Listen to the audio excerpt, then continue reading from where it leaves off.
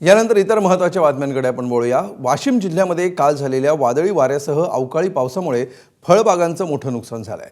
वाशिमच्या चिखलीशेत शिवारामध्ये असलेल्या आंबा बागेला वादळी वाऱ्याचा तडाखा बसलाय। 2 वर्षांनंतर कुठेतरी चांगल्या उत्पन्नाची आशा शेतकऱ्यांना होती, मात्र वादळी पावसामुळे शेतकऱ्यांच्या आंब्याचं प्रचंड नुकसान झालंय।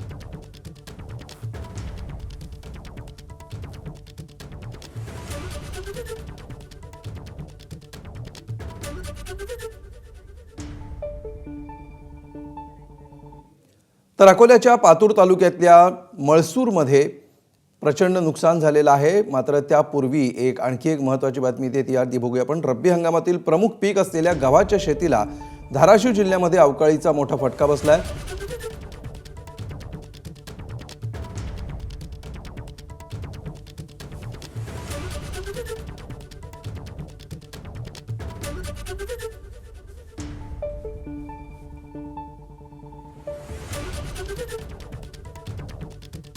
तर अकोल्याच्या पातूर तालुक्यातल्या मळसूरमध्ये अवकाळी पाऊस आणि वादळी वाऱ्यामुळे रब्बी पिकांचं मोठं नुकसान झालंय।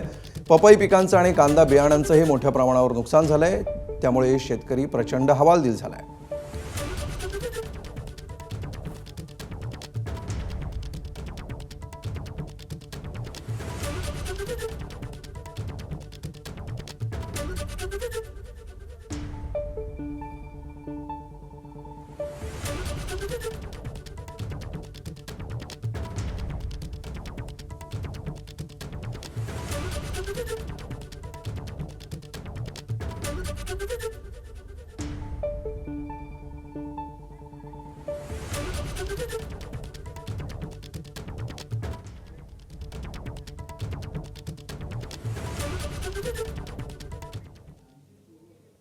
तर रब्बी हंगामातील प्रमुख पीक असलेल्या गव्हाच्या शेतीला धाराशिव जिल्ह्यामध्ये अवकाळीचा मोठा फटका बसलाय।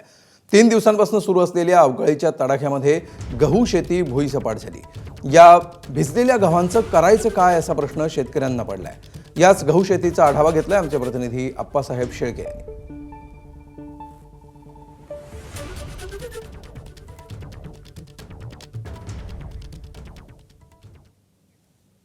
तर काही वेळातच हा आढावा आपण बघूया, मात्र तूर्त पुढच्या बातमीकडे जाऊया। धुळे जिल्ह्यामध्ये गुरुवारी बहुसंख्य भागामध्ये अवकाळी पावसासह गारपीट झाली आहे। यामध्ये सर्वाधिक नुकसान साक्री तालुक्याचं झालंय। हातातोंडाशी आलेला घास अवकाळी पाऊस आणि गारपिटीनं हिरावल्यामुळे शेतकरी चिंतेत आहेत। पेरेसपूर, कावठे आणि अष्टानेसह अनेक ठिकाणी काढणीला आलेलं पीक जमीनदोस्त झालंय। धुळे तालुक्यात देखील मका आणि गव्हाचं नुकसान झालंय।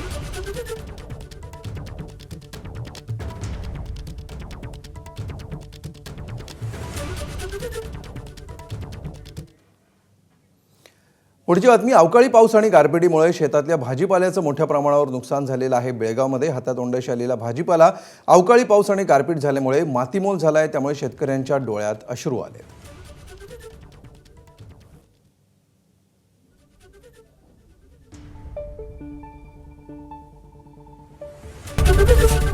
एबीपी माझा, उघडा डोळे बघा नीट।